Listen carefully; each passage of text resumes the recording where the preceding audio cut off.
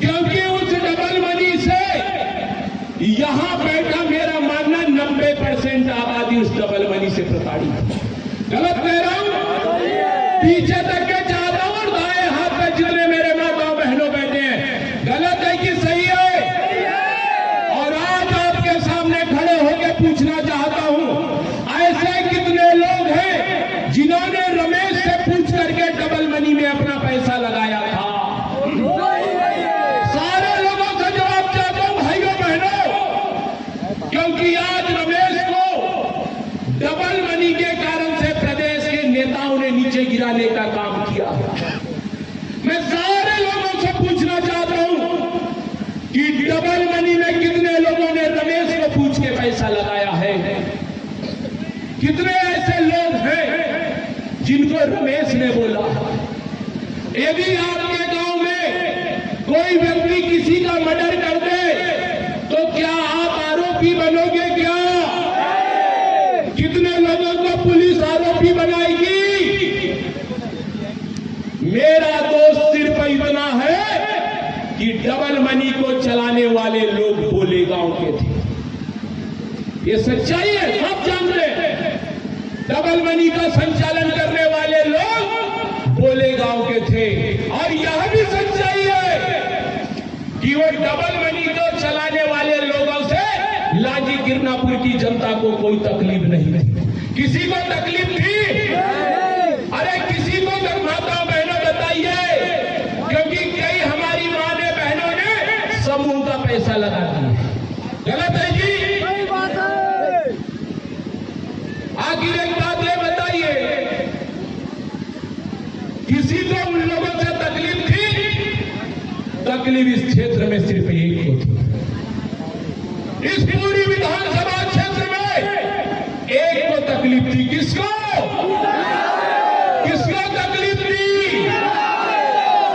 उसने ये नहीं सोचा, उसने ये नहीं देखा, उसे तो लगा कि रमेश के गांव का मामला है, रमेश को जेल में पहुंचाना है, उठा के कार्रवाई कर। अरे भले रमेश से दुश्मनी लेती हिना जी तुम, भले रमेश के खिलाफ तुमको जो करना था कर लेती।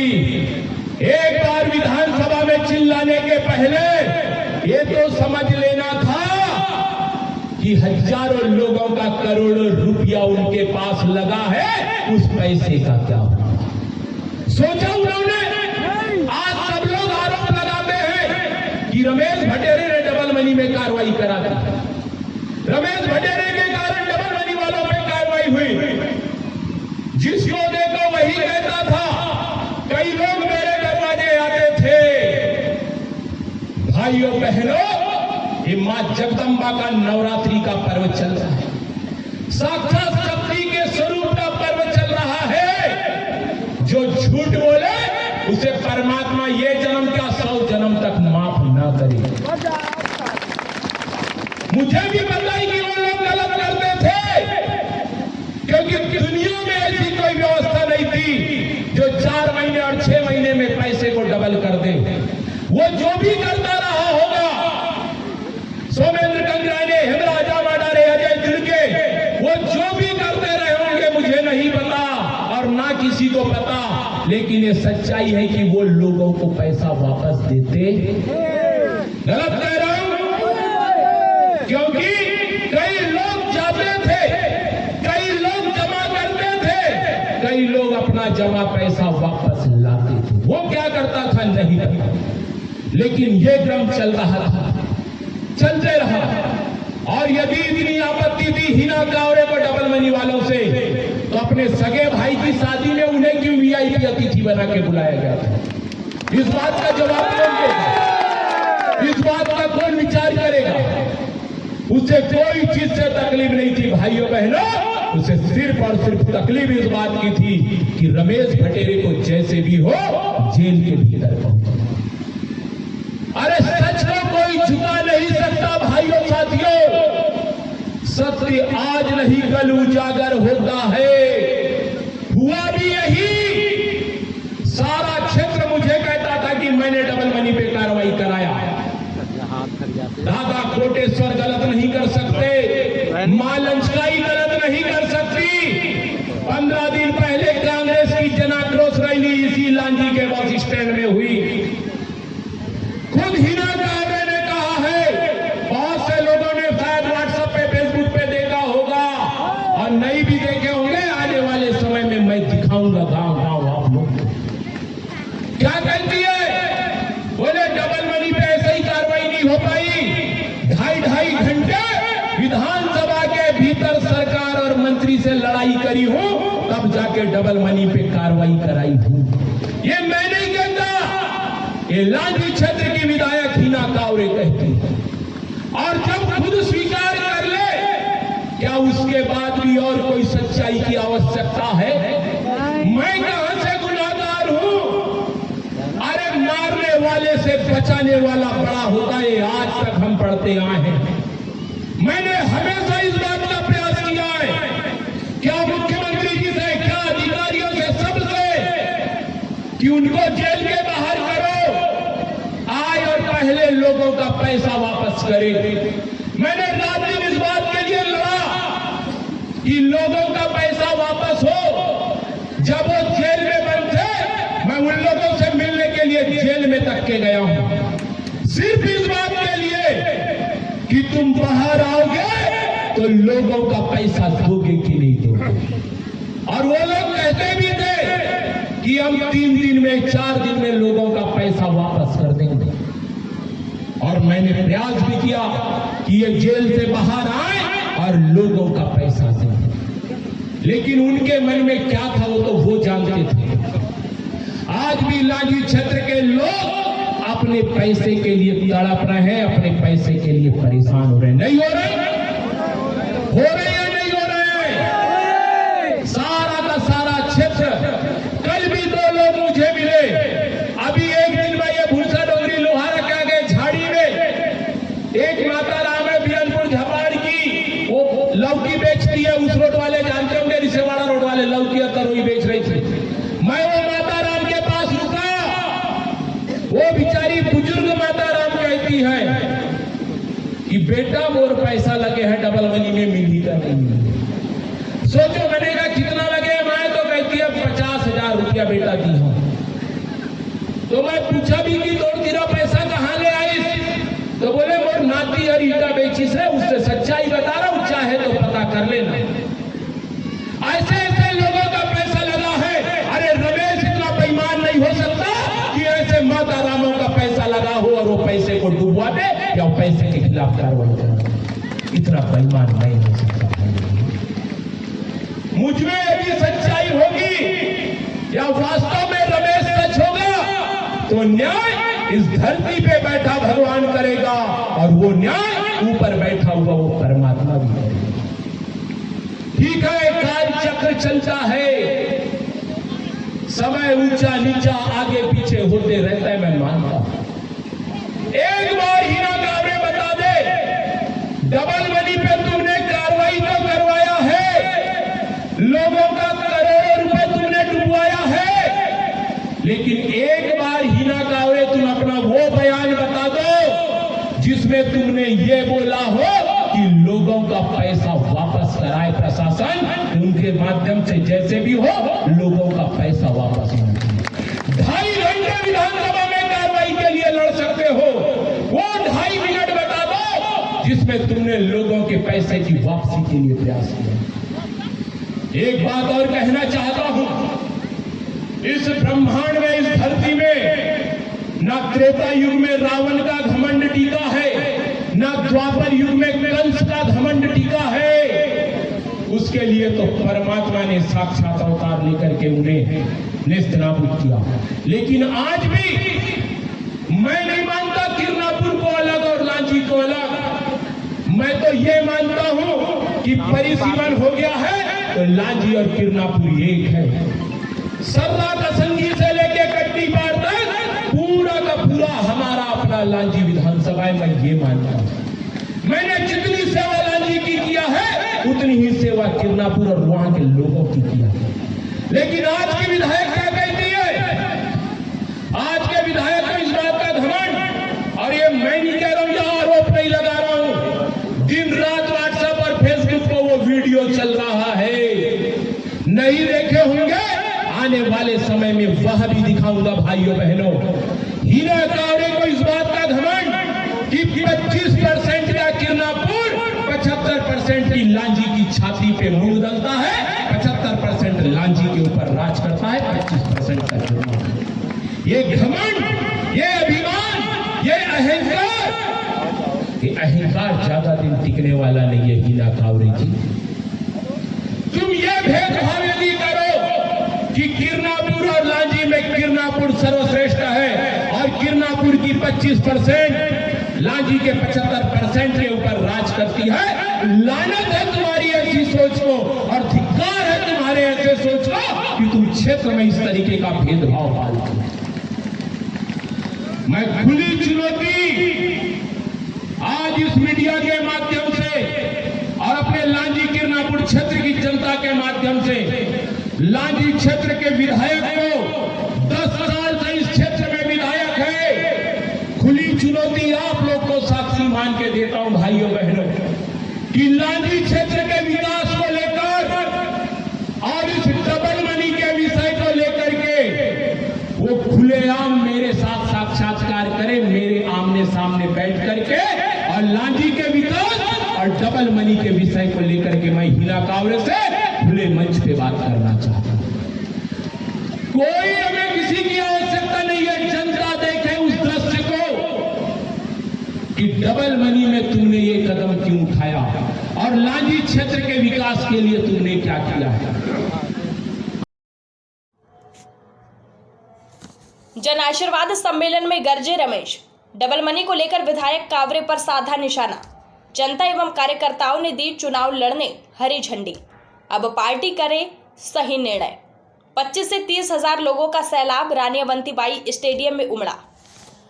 पूर्व विधायक रमेश भट्टेरे द्वारा आयोजित जन आशीर्वाद सम्मेलन आज लांजी नगर के रानी अवंतीबाई स्टेडियम में भारी जन सैलाब के बीच संपन्न हुआ, जिसमें लगभग 25 से 30 हजार लोगों ने अपनी उपस्थिति दर्ज कराई और अपने लाडले नेता को चुनाव लड़ने की हरी झंडी दे दी है। वहीं रमेश भट्टेरे ने फिर एक बार अपने अनुशासन और पार्टी की रीति नीति का ध्यान रखते हुए फिर निर्णय पार्टी के वरिष्ठ नेताओं पर छोड़ दिया है और पुनः टिकट को लेकर विचार करने का आग्रह किया है। आज के इस जन सम्मेलन कार्यक्रम में पूर्व विधायक रमेश भट्टेरे ने क्षेत्र की विधायक हीना कावरे पर जमकर हमला बोला और कहा, आज जिस डबल मनी प्रकरण को मुद्दा बनाकर मुझसे मेरा हक छीना गया है, उसके लिए सिर्फ और सिर्फ क्षेत्र की विधायक हीना कावरे जिम्मेदार है। आज जिले की 90% जनता की मेहनत का पैसा अगर उन्हें नहीं मिल पा रहा है तो उसके लिए सिर्फ और सिर्फ विधायक हीना कावरे ही जिम्मेदार है। उन्होंने सम्मेलन को संबोधित करते हुए कहा कि एक किसान पूरे वर्ष भर अपने खेतों की देखभाल करता है और उसमें फसल उगाता है, और जब उस फसल को काटने का समय आता है तो उस पर पड़ोसी कैसे कब्जा कर सकता है। रमेश यही नहीं रुके, उन्होंने कहा, आज लांजी क्षेत्र जो अति नक्सल प्रभावित क्षेत्र है, जहां भारतीय जनता पार्टी को कोई जानता भी नहीं था, मेरे परिवार एवं अपनी 2 पीढ़ियां इस पर न्यौछावर की है। मैंने पहले भी कहा है और आज भी फिर दोहराता हूं, मेरी नार भी भाजपा की जमीन पर दफन हुई और मेरा कफन भी भाजपा का होगा। पार्टी को हमेशा अपनी मां मानकर ही मेरे परिवार ने जो बलिदान दिया है, उसका यह सिला पार्टी मुझे कभी नहीं दे सकती। अब मेरे सबसे बड़े परिवार मेरी मां भाजपा पार्टी के कार्यकर्ताओं का समय है। यही मुझे सही निर्णय दे कि मुझे क्या करना चाहिए। अब मैं स्वयं को आपको सौंप चुका हूं। पूर्व विधायक ने अंतिम सांस में जब जन समुदाय और कार्यकर्ताओं से चुनाव लड़ने के विषय में प्रश्न किया तो मैदान में उपस्थित जनसैलाब ने दोनों हाथ उठाकर उन्हें चुनावी रण में कूदने की अनुमति दे दी। लांजी से पवन कश्यप की रिपोर्ट।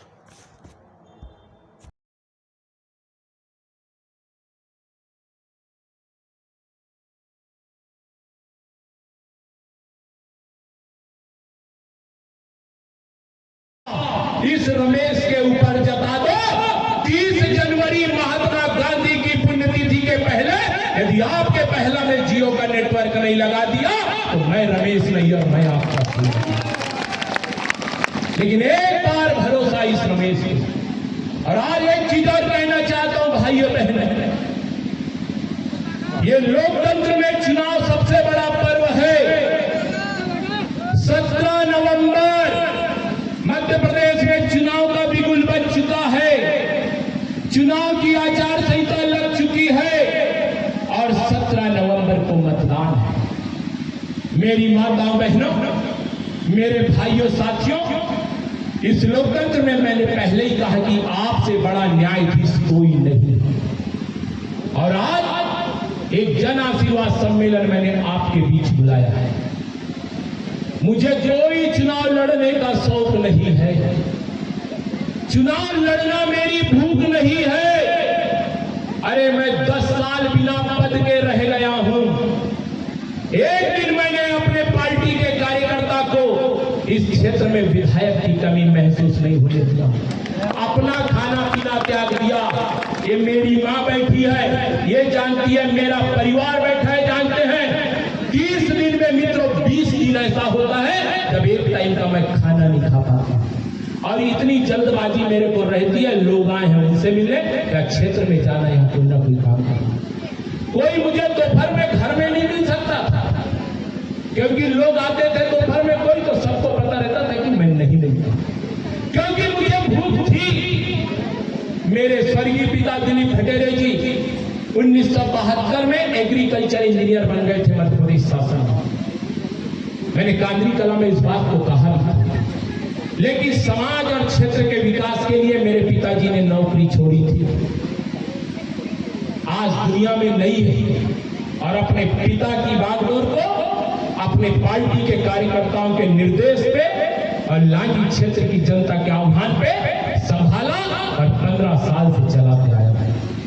मुझे कोई भूख नहीं है मित्रों चुनाव लड़ने की। मैं एक बात आप सबसे कहना चाहता हूं, लेकिन हाँ, ना तो गलत करता हूं और ना गलत को सहने की मैं कोई सोचता हूं। जो चीज गलत है तो गलत है। पार्टी मेरी मां थी, है और रहेगी। मैं बोलता हूं, आज भी बोलता हूं, कल भी बोलूंगा। कई मेरे हमारे अपने विरोधी हैं, मुझे कहते हैं कि जो लोग पार्टी को मां कहते थे आज पार्टी की बच्चियां उधेड़ रहे। साहब, भाजपा के बारे में ये रमेश जीवन में गलत नहीं सोच सकता। मुझे मरना पसंद है, लेकिन भाजपा के बारे में ना गलत सुनना पसंद है ना गलत सोचना पसंद है। इस भाजपा को मैंने इस क्षेत्र के कोने कोने तक पहुंचाया है। आज कट्टी पार जैसा गांव, मेरा भाई अनंतराम टेकाम इस भीड़ में कहीं ना कहीं बैठा होगा। कहां हो अनंतराम टेकाम, कहीं है क्या? कहां ये पीछे है, ये कट्टी पार के लोग बैठे। कभी जीवन में कट्टी पार में कोई भाजपा का नाम नहीं लेता था। शायर का भानु ध्रुवे भी हो सकता है कहीं बैठा होगा। ये कट्टी पार का अनंतराम टेकाम, अनंतराम मंच पे आ भाई, एक बार ऊपर से मंच पे कट्टी पार। शायर का भानु ध्रुवे यदि हो तो वो भी मंच पे आ जाए। यदि कसंगी का तीरेलाल मड़ावी यदि वो हो तो मैं उसे भी कहता हूं कि वो भी मंच पे आ जाए। मेरे भाइयों साथियों, ये वो लोगों के नाम बुला रहा हूं मैं जहां नाम तक लोग नहीं जानते थे, क्योंकि हमारे आदिवासी समाज के लोगों को, हमारे पैगा समाज के लोगों को, हमारे गोंड समाज के लोगों को ये कट्टी पार के लोग हैं अनंतराम टेकाम। ये कट्टी पार का मेरा भाई है, आज भारतीय जनता पार्टी के साथ जुड़ा। बैठ जाओ भाई। मैं सिर्फ इसलिए बताना चाह रहा हूं, जो लोग मुझे कहते हैं कि मैं पार्टी से बगावत करता हूं, पार्टी के खिलाफ जा रहा हूं, पार्टी का निर्णय नहीं मान रहा हूं, मैं उन लोगों के लिए ये बात कहना चाहता हूं इस भरे मंच से, आप सबको साक्षी मान करके। ये शायर का भाई मेरा भानु ध्रुवे ये आया है, ये शायर, ये कट्टी पार बैठ जाओ। ये ऐसे गांव है जहां कोई भाजपा का नाम नहीं जानता था, लेकिन आज अपने आप को दिन रात उनके बीच खपा के, उन गांव में जा जा करके, उन लोगों के बीच में जा जा करके मैंने भारतीय जनता पार्टी के झंडे को बुलंद करने का काम उस जंगल के गांव के भीतर किया। मेरी सोच थी कि मध्य प्रदेश का ये अंतिम छोर का क्षेत्र है लांजी। 10 साल से हम वनवास काट रहे हैं लांजी क्षेत्र में, लेकिन 2023 में चाहे जो हो जाए, इस लांजी क्षेत्र में मैं भारतीय जनता पार्टी का झंडा बुलंद करूंगा, सब लोगों को साथ लेके। ये सोच के साथ मैंने काम किया, सब दूर मैंने काम किया। और मुझे ऐसा नहीं है कि किसी ने कहा नहीं था चुनाव लड़ने। मैं आज भी आपको कहना चाहता हूं, सारे बड़े नेताओं ने मुझे आश्वस्त किया था कि रमेश चुनाव लड़ना है। निर्णय जो भी किया आपने, क्या रमेश इतना गया गुजरा हो गया था कि एक बार तुमने इस रमेश से पूछना जरूरी नहीं समझा? लांजी क्षेत्र के इतने देवतुल्य कार्यकर्ता हैं, क्या इन कार्यकर्ताओं को तुमने एक बार पूछना जरूरी नहीं समझा? अरे इतना हिटलर शाही जैसा निर्णय हो गया साहब। फरमान जारी हो गया कि जो दल बदलेगा वो मलाई खाएगा, और जो पार्टी के लिए मरेगा वो बीच नदी में नाव से धकेल दिया जाएगा। ये कहां का न्याय है भाई और बहनों? आपसे पूछना चाहता हूं। मैं गलत हूं कि सही हूं, आपसे जानना चाहता हूं। और आज भी सबसे कहना चाहता हूं भाइयों बहनों, क्योंकि मैं वो सारे दृश्य जानता हूं, वो सारे दृश्य देख रहा हूं कि आज वर्तमान में क्या परिस्थिति है। और अपने पार्टी के भी सारे कार्यकर्ता और लोगों से कहना चाहता हूं, मैं किसी को झंडे से बगावत करने नहीं कहता, मैं किसी को भाजपा के खिलाफ जाने की बात नहीं कहता। ठीक है, यदि आपने मुझे अनुमति दिया, यदि आपने मुझे आशीर्वाद दिया, आपने यदि मेरा मार्गदर्शन किया, मेरे भाइयों बहनों, मैं फिर कह रहा हूं, बार बार कह रहा हूं, लोग यदि बोल दे कि रमेश चुपचाप घर बैठ जाओ, मैं वचन देता हूं कि आपके सामने प्रत्याशी बन के नहीं आऊंगा। लेकिन हां, अपने भारतीय जनता पार्टी को बचाने के लिए, अपनी मां की आबरू को बचाने के लिए और लांजी क्षेत्र के विकास को आगे बढ़ाने के लिए, यदि आप लोग अनुमति देंगे, मेरे माताओं बहनों, मेरे भाइयों साथियों, मेरे सारे कार्यकर्ता मित्रों, तो भाजपा से अधिकृत होऊंगा कि नहीं होऊंगा नहीं पता, लेकिन भाजपा से स्वीकृत होकर के आपके बीच में जरूर मैदान में। लेकिन उसके लिए आपकी अनुमति चाहता हूं, आपका आशीर्वाद चाहता हूं। मेरी माताओं बहनों, आपसे भी कहना चाहता हूं, मैंने पहले ही कहा, आपने भले मुझे जन्म नहीं दिया होगा, लेकिन हूं तो आपका बेटा, हूं तो आपका भाई, कई के तो नाती नतुरे का उम्र का हो। यदि आपको लगता है कि इस लड़के ने आपके लिए कुछ किया है, यदि आपको लगता है कि वास्तव में इस लड़के ने 10 साल भारतीय जनता पार्टी का झंडा बुलंद किया है और लांजी क्षेत्र में कुछ काम किया है, तो मैं आपसे अनुमति चाहता हूं, मेरे भाइयों बहनों, आपसे मार्गदर्शन चाहता हूं और सबसे पूछना चाहता हूं। कोई भारी मन से मत कहिएगा। आदरणीय झाड़ूदास बाबा जी आवा के हमारे रविदास आश्रम के संचालक हैं, आज वो भी इस मंच पे अपना आशीर्वाद मुझे देने के लिए इस मंच पर आए। आदरणीय किरमे जी भी शायद बैठे होंगे, आए थे, कहीं गए होंगे। आदरणीय किरमे जी वो भी मंच पे थे, परमात्मा एक पद से जुड़े। मैं सबसे इस बात का निवेदन करना चाहता हूं, मैं कोई निर्णय नहीं कर रहा हूं, मैं तो यदि आपकी मर्जी हो, क्योंकि रमेश यदि लड़ेगा भी, मान लो, पहला निवेदन तो मेरा मेरे माननीय शिवराज जी से है। इस मध्य प्रदेश में मेरा कोई नेता है तो वो है शिवराज सिंह चौहान, इस बालाघाट में मेरा कोई नेता है तो वो है गौरी शंकर बिसेन, और इस देश में मेरा कोई नेता है तो श्रीमान नरेंद्र मोदी। और मेरे संगठन के पूर्वोधा राष्ट्रीय अध्यक्ष जी, प्रदेश अध्यक्ष जी, मैं सारे नेताओं से आज इस मंच के माध्यम से प्रार्थना करता हूं कि मेरे माननीय, ठीक है, त्रुटिवश भी यदि मान लो निर्णय गलत हो गया है, तो अभी कमान से बाण निकला नहीं है। परसों से फॉर्म भरना चालू होगा 21 तारीख से, आखिरी तारीख 30 अक्टूबर तक है।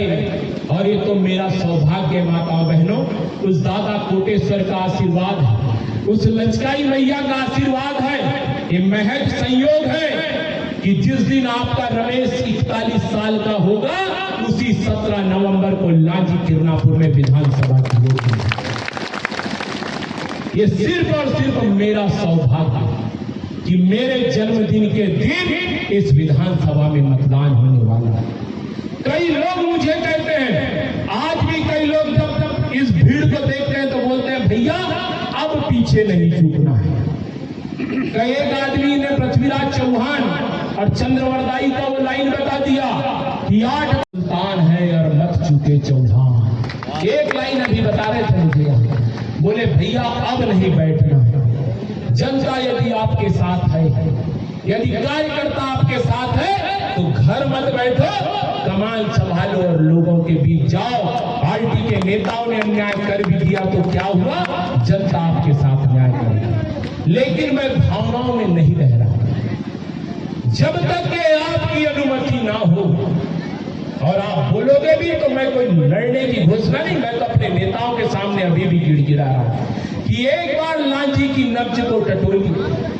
मुझे बता दिया गया कि तुम डबल मनी के आरोपी हो, मुझे बता दिया गया कि तुम 2 बार हार गए हो, सारी बातें मुझे बता दी गई। क्या आपको लगता है कि मैंने इस क्षेत्र के लिए कुछ नहीं किया?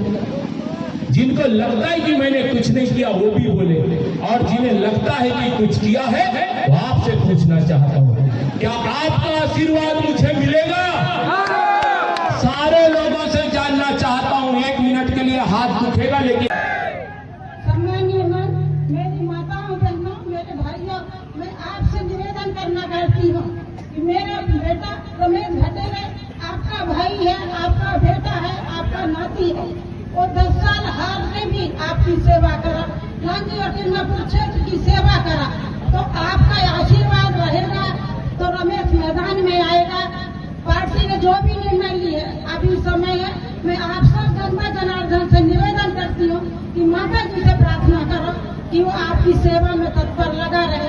कितना भी 365 दिन एक भी दिन वो घर में नहीं रहता जी, चाहे ठंडा रहे गर्मी, 24 घंटा क्षेत्र की जनता की सेवा में लगा रहता। इतना भीषण कोरोना काल, नवरात्र का पर्व, 24 घंटा वो हॉस्पिटल में बैठा, छोटे छोटे उसके 2 बच्चे जी पापा पापा करके अच्छे थे। मेरा बेटा कुआं में जाके नहा के अंदर छुपके रहता था, फिर हॉस्पिटल में आके 24 घंटा बैठा रहता था। पर मैं कहती बेटा घर में बीमारी लेके आएगा क्या, हम भी शुगर पेशेंट है, तो कहता माँ अगर 2 घर के भी आदमी बन जाएगा वो परिवार सुखी हो जाएगा, उसका आशीर्वाद मेरे को मिलेगा। तो मैं आपसे यह जानना चाहती हूँ, मैं एक माँ हूँ, मेरी भी आत्मा बहुत है कि मेरा बेटा आपका सेवा करेगा। आप उल्टी सलाह और सोच समझ के निर्णय बताओ मेरे को। जय जय श्री राम। में क्या मन बना, कैसा आपको प्रतिसाद मिला जनता का? देखिए, मैंने अभी अपने उद्बोधन में भी कहा है और मैं शुरू से ही कह रहा हूँ, मुझे किसी प्रकार की कोई अधीरता नहीं है, किसी प्रकार की कोई जल्दबाजी नहीं है। मैं इस क्षेत्र के विकास के प्रति और इस क्षेत्र के विकास को लेकर हमेशा सजग रहा हूँ और हमेशा जवाबदार रहा। और ऐसे एक नहीं, 10 साल बिना विधायक रहते हुए भी मैंने ऐसे अनेकानेक कदम समय समय पर क्षेत्र के विकास को लेकर उठाया है। चाहे मुख्यमंत्री जी को बुलाना पड़ा हो तो बुलाया है, उनके माध्यम से बातें की है, जो भी हो सका है मैंने इस क्षेत्र के लिए किया। चूँकि लोकतंत्र में हर 5 साल में चुनाव अपनी एक परिपाटी है, जनता के बीच में विश्वास मत अर्जित करना है। 5 साल से मैंने पूरी भरसक कोशिश किया, पूरी भरपूर मेहनत किया कि हर हाल में इस बार हमें लांजी में चुनाव को जीतना है। लेकिन 2 महीने पूर्व हमारी पार्टी ने जो निर्णय लिया, जिस तरीके का निर्णय लिया, वो निर्णय आप सबके सामने है। मुझे बिल्कुल नहीं पता कि किन विचारों के कारण से और किन लोगों के कारण यह निर्णय हुआ, मुझे इस बारे में बिल्कुल नहीं पता है।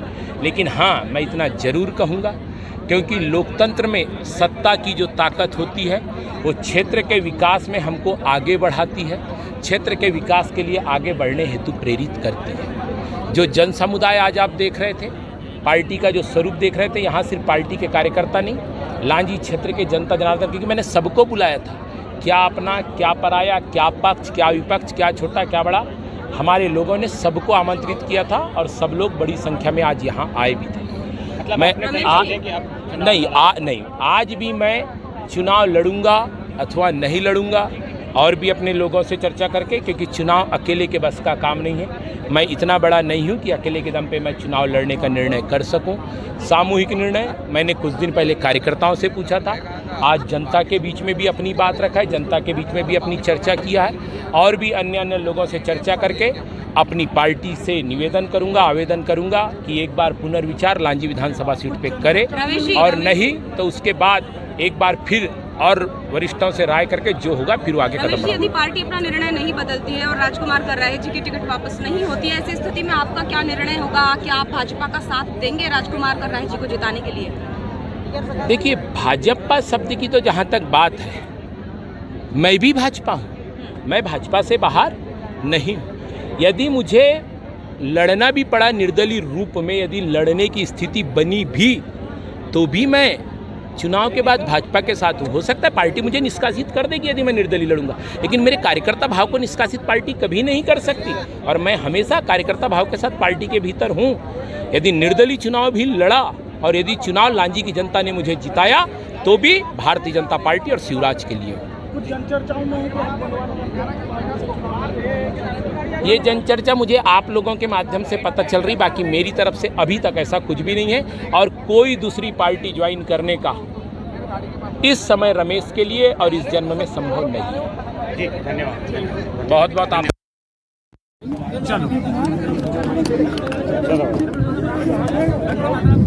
चल अपना हो गया।